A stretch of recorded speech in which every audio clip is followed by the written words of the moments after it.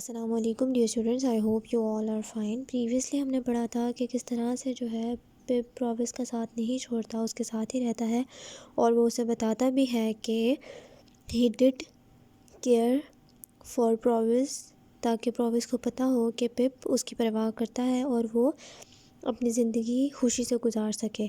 Herbert leaves London. اب پرووس پہلے ہی خطرے میں ہے، اوپر سے ہربرٹ کو بھی لنڈن سے جانا ہے۔ It was not long after we had returned to London that Herbert had to leave me. اب جب پپ اور پرووس جو ہے واپس لنڈن جاتے ہیں، ان سے پہلے ہی ہربرٹ اور اسٹارٹاپ پہنچ چکے ہوتے ہیں، تو پپ کے پہنچنے کے کچھ عرصے بعد ہی جو ہے اسے پتہ چلتا ہے کہ ہربرٹ اسے چھوڑ کر جا رہا ہے۔ He had to go to work in Cairo. اس کو کیرو میں ایک جگہ کام مل گیا ہے اور اسے وہیں پر رہنا پڑے گا۔ Before he left، اس سے پہلے کہ وہ جائے، he told me that there was a clerk needed in the Cairo office. اس نے مجھے بتایا کہ ادھر آفس میں جو ہے ایک کلرک کی اشد ضرورت ہے۔ You know Pip, I started working as a clerk. تمہیں یاد ہے پپ؟ اب وہ پپ کو اس لیے بتا رہا تھا کہ اسے لگا کہ شاید کہ پپ کو کام کی ضرورت ہو اور وہ کلرک کی نوکری کرنا چاہے۔ اس نے کہا کہ پپ تمہیں یاد ہے I started working as a clerk، میں نے بھی ایک کلرک کے طور پہ ہی کام کرنا شروع کیا تھا۔ کلرک آفس کا ایک بہت چھوٹا کام کرنے والا طبقہ ہوتا ہے جن کے پاس صرف کمپیوٹر کا کچھ کام ہوتا ہے، بہت سینسیٹیو یا بہت ہی زیادہ ڈیٹیلڈ ورکنگ ان کو نہیں دی جاتی۔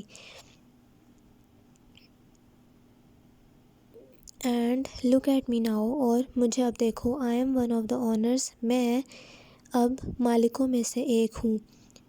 What I am trying to say is, in short, اب وہ اس سے بتا رہا ہوتا ہے کہ میں تمہیں کیا بتانا چاہ رہا ہوں شارٹ میں، کم الفاظ میں، یہ کہ مائی ڈیئر فرینڈ، میرے پیارے دوست، will you come to work with me in Cairo, کیا تم بھی کیرو میں آ کر میرے ساتھ کام کرنا پسند کرو گے؟